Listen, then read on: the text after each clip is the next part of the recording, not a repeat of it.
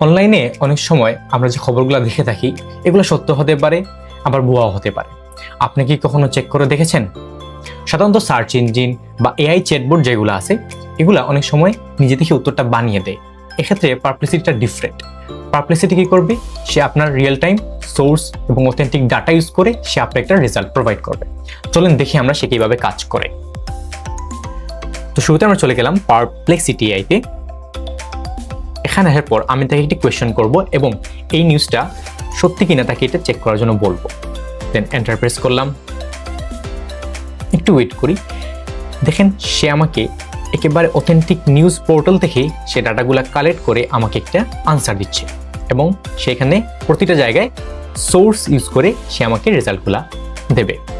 শুধু ফ্যাক্ট চেকিংয়ের ক্ষেত্রে নয়, আমরা অনলাইনে কেনাকাটার ক্ষেত্রেও প্রোডাক্টের রিয়েল টাইম ডাটার সাথে তুলনা করে আমরা প্রোডাক্ট কিনতে পারি। তাই গুজব এড়াতে অথবা অনলাইনে কেনাকাটার সময় পারপ্লেসিটি ইউজ করতে পারেন।